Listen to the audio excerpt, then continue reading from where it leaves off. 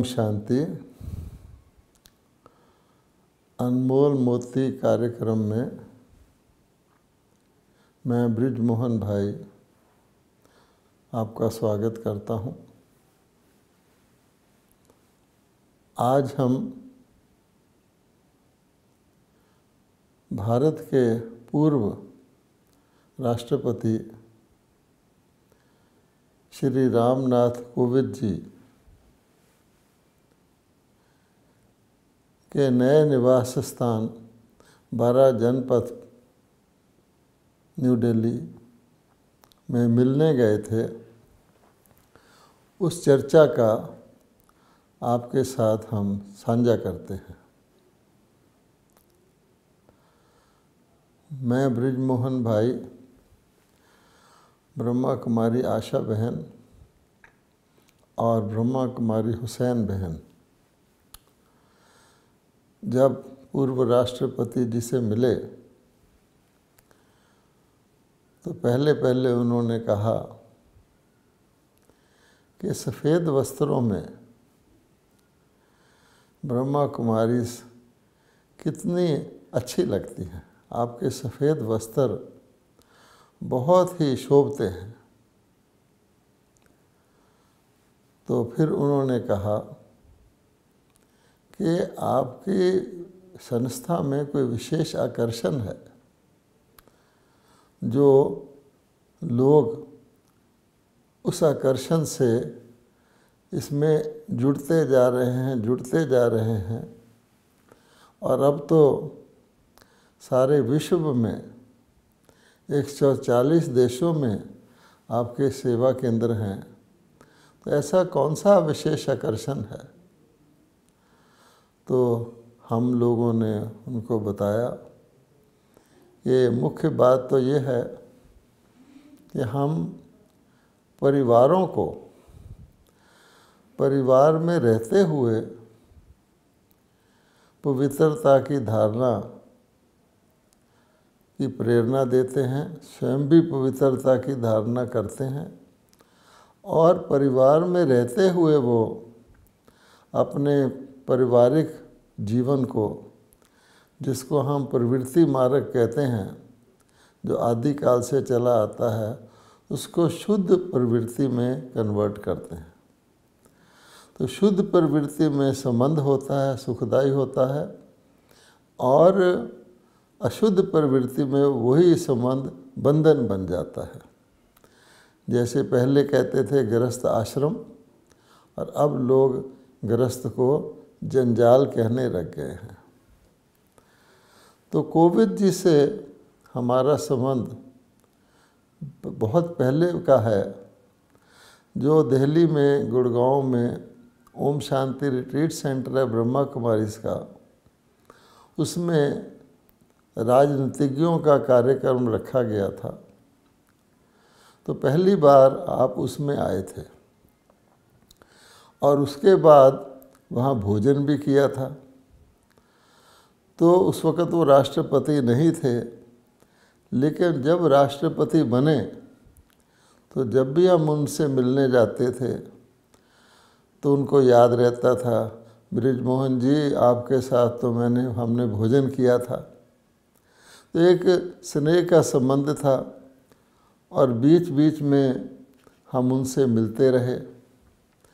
हमारे शुभकरण भाई जी और जय भगवान भाई जी उनसे संबंध रखते थे राष्ट्रपति बनने से पहले, और उनको मिलते रहते थे बीच बीच में। तो उन्होंने इस मुलाकात में उनको भी याद किया और फिर हमने कहा कि हम आए हैं आपका ग्रेटिट्यूड प्रकट करने के लिए, आपका धन्यवाद करने के लिए, क्योंकि एज राष्ट्रपति आपने कहा था, हमने कहा एक बारी आप माउंट आबू हमारे हेडक्वार्टर्स में चलें, तो आपने कहा था मैं ज़रूर मौका मिलने पर आऊँगा, और आपने अपना वायदा निभाया और आप आए माउंट आबू में शांति वन के अंदर। उस समय आपकी धर्मपत्नी जी ने दादी जी से आशीर्वाद लिया अपना आसन ग्रहण से पहले आपने जाके दादी जी से ग्रीटिंग किया, और उसमें जो आपने अपना वायदा पक्का निभाया था, मुझे कहा भी था कि बृजमोहन जी देखो मैं आ गया हूँ। तो उस समय आपकी जो डॉटर है वो भी बहुत बड़ी अचीवर है, सभा में बैठी थी, तो उसको भी सबके सामने खड़ा किया गया। तो मैंने याद कराया कि आपने उस प्रवचन में भी अपने ब्रह्मा कुमारी की विशेषताएं वर्णन की थी। ख़ास तौर पे मातृशक्ति के अंदर जो जागृति पैदा करके और मातृशक्ति के द्वारा जो ब्रह्मा कुमारी से कार्य कर रही हैं चरित्र निर्माण का, समाज निर्माण का, उसकी आपने बहुत बहुत सराहना की थी। इसलिए हम आपको धन्यवाद प्रकट करने आए हैं। तो बहुत प्रसन्न हुए, सारी पुरानी बातें याद आई उनको। फिर हमने कहा कि जब आप राष्ट्रपति थे तब भी जब हम आपसे मिलते थे तो आप अपने विदेश यात्राओं में भारत की क्या मान्यता है वो सुनाया करते थे।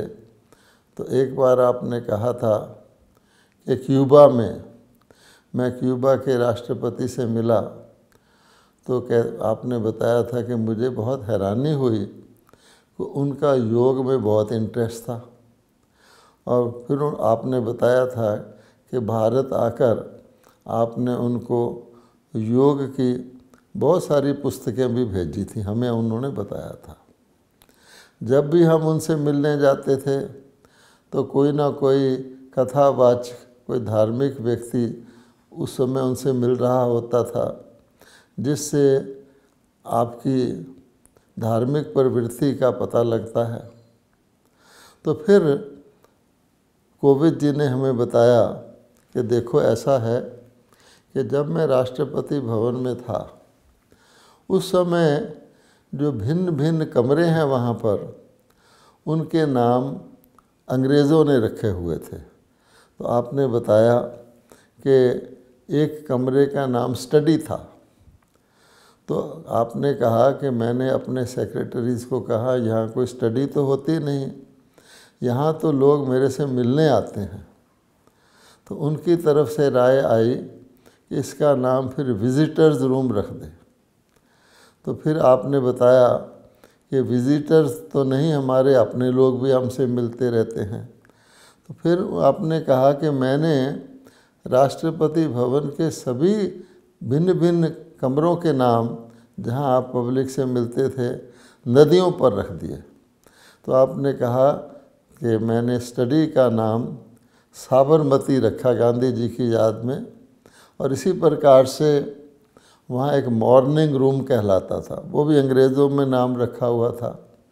तो फिर आपने बताया कि उसका नाम मैंने कावेरी रख दिया। ऐसे ऐसे जब हम मिल रहे थे उनसे तो उन्होंने हमें एक नई बात शेयर की कि मैंने किसी कमरे का नाम गंगा, किसी का यमुना। तो भारत की पावन नदियों के ऊपर मैंने सभी राष्ट्रपति भवन के कमरों का नाम रखा है। तो ये तो हमारे लिए बहुत अच्छी जानकारी थी, और हमने आपसे के साथ भी वो शेयर कर रहे हैं कि सारे ही अंग्रेज़ों द्वारा रखे हुए नाम जो थे आपने बदल कर भारत की नदियों के नाम पर उन सब राष्ट्रपति भवन के कमरों के नाम रख दिए हैं। उसके बाद आप बोले कि देखो, बहन जी से हंस के बोले कि पहले आपका भाई राष्ट्रपति भवन में रहता था, यानी मैं, कोविंद जी रहते थे, और अब आपकी बहन राष्ट्रपति भवन में आ गई है। क्योंकि जो नई राष्ट्रपति हैं द्रौपदी मुर्मू जी, वो ब्रह्मा कुमारी से संबंधित हैं। तो फिर बहनों ने कहा कि राष्ट्रपति भवन में तो शुरू से ही जो राष्ट्रपति रहे हैं उनका ब्रह्मा कुमारी से बहुत प्रेम रहा है। प्रतिभा पाटिल जी तो ओम शांति रिट्रीट सेंटर में भी आए थे, और अब्दुल कलाम जी का तो माउंट आबू में जाना आना होता रहता था। शंकर दयाल शर्मा जी ने ब्रह्मा बाबा के जो डाक टिकट था उसको रिलीज़ किया था। ऐसे ही एक मुलाकात में पुरानी यादें हमको आती रहीं। उसके बाद हमारे साथ हुसैन बहन गई थी, तो हमने बताया कि ये ब्रह्मा कुमारी हुसैन बहन हैं। तो फिर उन्होंने उनसे बातचीत शुरू की। हुसैन बहन लखनऊ की रहने वाली हैं और राष्ट्रपति जी भी उत्तर प्रदेश में रहे हैं। तो फिर हुसैन बहन ने बताया कि कैसे मैं कॉन्वेंट स्कूल में पढ़ती थी, फिर मैंने कॉलेज ज्वाइन किया, सारी अपना इतिहास बताया। तो उन्होंने पूछा कोविंद जी ने कि जब आपने ब्रह्मा कुमारी को ज्वाइन किया तो एक मुस्लिम होने के नाते ये जो कन्वर्शन आपने किया ब्रह्मा कुमारी में आकर, इसमें आपको कुछ क्या महसूसता हुई? तो उन्होंने कहा कि ऐसा है कि मेरी कॉलेज के दिनों में ही ब्रह्मा कुमारी से थोड़ी मुलाकात थी। मैंने दिल्ली में जॉब भी किया है, लेकिन धीरे धीरे मेरी रुचि बढ़ती गई। लेकिन ये सत्य है कि मेरे परिवार वाले जो थे मुस्लिम, मेरी बहन है, उन्होंने बताया मेरी बहन किसी विदेश में नौकरी करती है। मेरे और रिश्तेदार, उनको थोड़ा सा ख्याल आया कि ये कहाँ जा रही है। तब फिर राष्ट्रपति जी ने कहा कि देखो, ये धर्म जो हैं, शारीरिक धर्म, ये तो मनुष्यों ने बनाए हुए हैं, और जिस धर्म में कोई पैदा हो जाता है उस धर्म की कोई ना कोई विशेषता को वर्णन करता है, और वो हर एक यही कहता है मेरा धर्म अच्छा है। लेकिन ये मनुष्यों ने बनाए हुए हैं, परमात्मा तो सबका एक ही पिता है। तब हमने उनको कहा कि देखिए, ब्रह्मा कुमारीज जो हैं, हमारे तो सेवा केंद्र भी मुस्लिम कंट्रीज में भी हैं, हर प्रकार के देशों में हैं, तो हम इसको शारीरिक धर्म ना कह करके स्पिरिचुअल ऑर्गेनाइजेशन कहते हैं, और सबका एक ही स्पिरिचुअल नाते से, रूह के नाते से, आत्मा के नाते से सब भाई भाई हैं। आत्माएं भाई भाई हैं और परम पिता परमात्मा की संतान है। तो ये जो फैक्टर है, इसमें हिंदू मुस्लिम आदि धर्म, देश, भाषा, इसका कोई फ़र्क नहीं रहता। प्रेम की भाषा हर एक को समझ में आती है। इस प्रकार से हमारी उनसे बातचीत होती रही। उसके पश्चात उन्होंने मेरे से पूछा, बृजमोहन जी, आपकी आयु कितनी है? तो मैंने कहा कि मैं अक्टूबर में ही 90 वर्ष का होने वाला हूँ। तो बहुत खुश हुए, बोले कि मैं तो अभी 70s में ही हूँ। शायद उन्होंने अपनी आयु 79 ईयर बताई थी, और ये तो अच्छी बात है, तो खुशी की बात है। हम भी सोचते हैं कि हम लंबी आयु को पाएँ। उन्होंने मेरे को दीर्घ आयु की कामना की, और फिर उन्होंने शिवानी बहन के लिए ख़ास तौर पे पूछा कि शिवानी बहन कैसी है। हमने कहा वो बहुत अच्छी है, ठीक ठाक है, बहुत सेवा कर रही है। इस प्रकार से हमारी स्नेह युक्त मुलाकात आज कोविड जी से हुई। तो हमने सोचा अपने बहन भाइयों के साथ जो बातचीत चली है उसको शेयर करें। फिर हमने पूछा कि अभी आप दिल्ली में ही रहेंगे? इस 12 जन बोले हाँ, अब मैं दिल्ली में ही रहूँगा, मैं यहाँ पर एडजस्ट कर रहा हूँ। तो मैंने देखा उनके चेहरे में संतुष्टता थी, प्रसन्नता थी।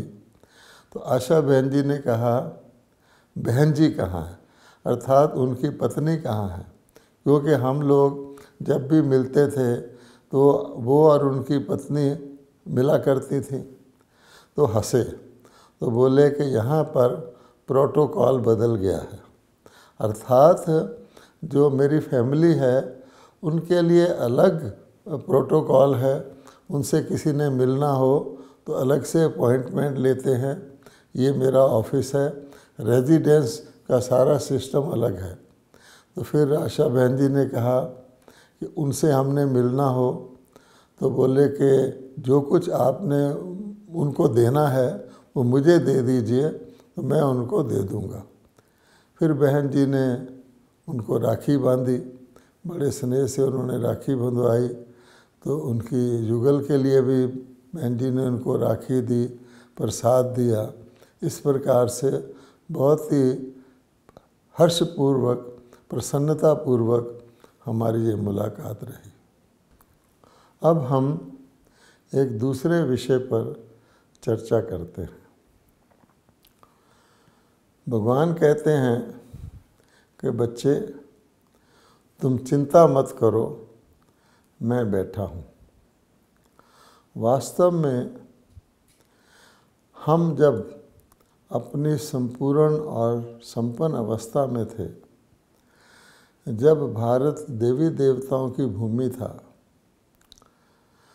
देवी देवता कभी चिंता नहीं करते थे, क्योंकि कहा जाता है कि परमात्मा ने अपनी प्रथम रचना को अपने ही रूप में रचा। जिस प्रकार परमात्मा अन्य आत्माओं की चिंताओं को दूर करने वाले हैं, परमात्मा के तो चिंता करने का कोई प्रश्न ही पैदा नहीं होता। उसी प्रकार से देवी देवता कभी सोचते नहीं थे।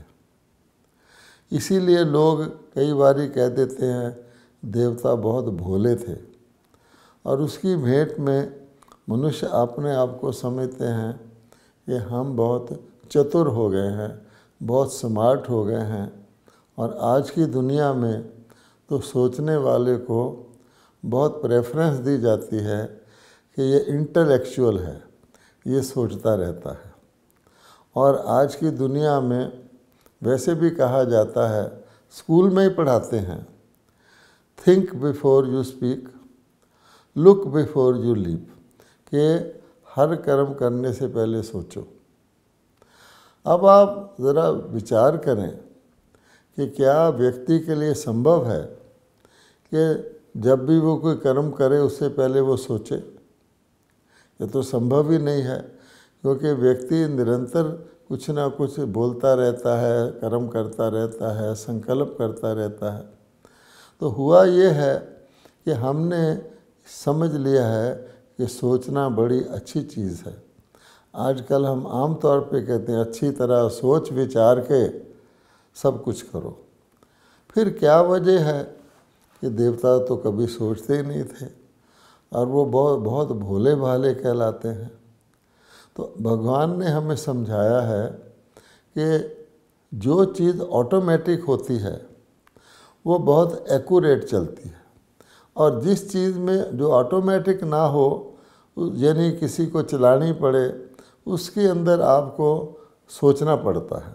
तो ये सारी प्रकृति जो है आप देखेंगे ऑटोमेटिक चलती है। सूर्य का उदय होना, मौसमों का आना, यानी जब अपनी ओरिजिनल परफेक्ट फॉर्म में होती है प्रकृति तो ऑटोमेटिक चलती है।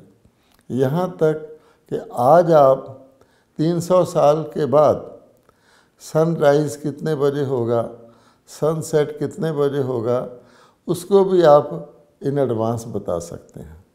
तो भगवान कहते हैं कि ऐसे नहीं कि देवता बिना सोचे समझे काम करते थे, लेकिन उनकी बुद्धि इतनी सालिम थी, इतनी परफेक्ट थी, इतनी डिफेक्ट और इफेक्ट से प्रूफ थी, क्योंकि किसी की बुद्धि में थोड़ा सा डिफेक्ट आ जाए या उसके ऊपर कोई बाहर का प्रभाव आ जाए तो फिर वो निर्णय ठीक नहीं करती। तो ऑटोमेटिक कंप्लीट बुद्धि थी, सालिम बुद्धि थी, स्वच्छ बुद्धि थी, सत्यता की बुद्धि थी, पवित्र बुद्धि थी। इसलिए ऑटोमेटिकली ही देवता जो कुछ बोलते थे, जो कुछ सोचते थे, जो कुछ करते थे, जिसके भी संबंध संपर्क में आते थे, वो ऑटोमेटिकली ही सही होता था। जिसको कहा जाता है ना आज के भाषा में सिद्ध पुरुष, अर्थात सच जो वो बोलते तो सच ही होता था। आजकल भी कोई महात्मा लेक्चर करता है तो कहते हैं सच वचन महाराज। लोग सत्संग की भी बहुत ध्यान रखते हैं, सत्संग को बहुत उत्तम समझते हैं। लेकिन जब कोई व्यक्ति नेचुरली सत्यता पर हो, नेचुरली ही पवित्र हो, स्वाभाविक तौर पे ही शुभ कामना शुभ भावना रखने वाला हो, सबका शुभ सोचने वाला हो, इसीलिए जैसे देवताओं की हम क्वालिफिकेशन वर्णन करते हैं, सर्वगुण संपन्न हो, तो उसकी बुद्धि ऑटोमेटिकली ही ठीक निर्णय लेती है, ठीक वक्त पे सोचती है, हर चीज़ ठीक होती है। तो इसका अर्थ भोले भाले हैं, इसका अर्थ ये नहीं है कि देवता अपनी बुद्धि का प्रयोग ही नहीं करते थे, लेकिन उनको सोचना नहीं पड़ता था कि मैं इस समय क्या करूं। तो ये भगवान कहते हैं एक कंप्लीट और सालम बुद्धि की निशानी है। अब आप देखेंगे जिसको हम सोचना कहते हैं, चिंता करना कहते हैं, उसका नतीजा क्या होता है। तो हम देखते हैं कि कोई व्यक्ति जब सोचने लगता है, उसके आगा पीछा सोचता है, उसके कॉन्सिक्वेंसेस सोचता है, तो ऐसा ना हो जाए, फिर ये क्या होगा, अगर ऐसा हो गया तो फिर कैसा होगा। इस प्रकार से जो व्यक्ति सोचना शुरू करता है तो उसकी सोच चिंता में बदल जाती है। और सोचने के लिए आवश्यकता ही तब पड़ती है जब बुद्धि को दुविधा में होती है, वो निर्णय सीधा और स्वाभाविक नहीं कर पाती है। उदाहरण के तौर पर अगर कोई व्यक्ति किसी स्थान से अपने घर जाता है तो अपने घर जाने के लिए उसको सोचना नहीं पड़ता, ऑटोमेटिकली और नेचुरली वो अपने घर की तरफ ही रास्ता लेता और घर पहुंच जाता है।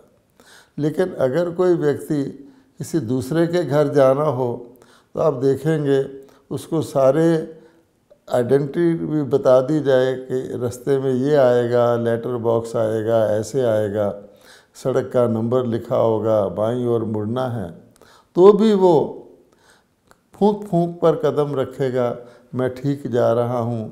बीच में किसी से वेरीफाई करेगा, जब चौरस्ता आ जाएगा तो पूछेगा कि इधर जाना है या उधर जाना है।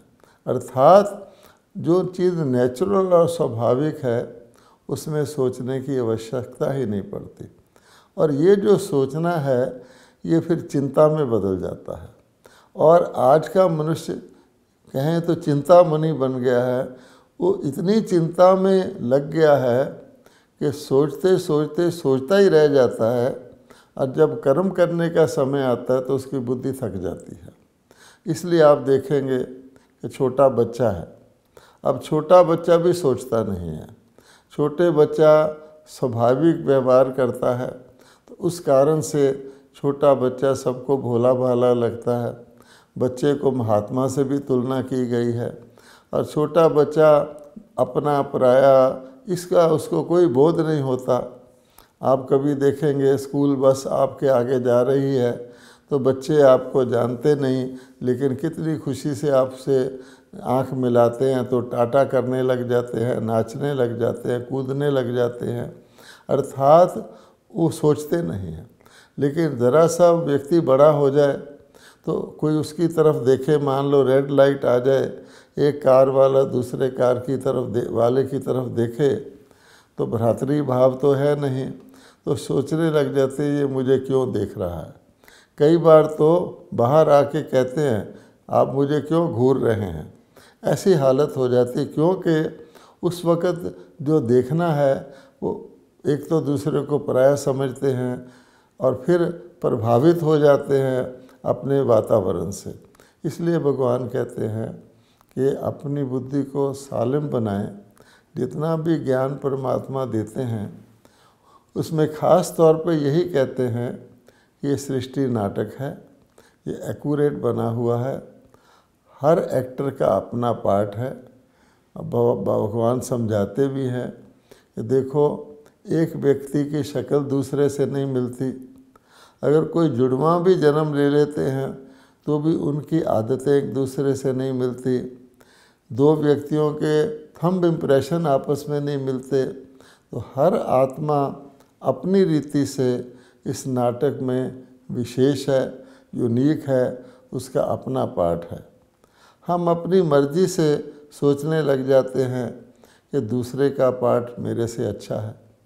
कहा जाता है अपनी अकल और दूसरे की दौलत ज़्यादा ही ज़्यादा लगती है। तो क्योंकि हम दूसरों की ओर देखने लग जाते हैं तो अपनी विशेषता को भूल जाते हैं। फिर हम सोच में पड़ जाते हैं इसके पास ये चीज़ है, मेरे पास भी होनी चाहिए।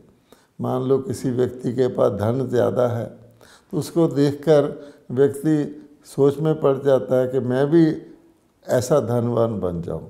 हम ये भूल जाते हैं कि धन भी एक साधन है, एक माध्यम है। धन मनी फॉर इटसेल्फ धन नहीं है। हमने माएदास की कहानी सुनी है।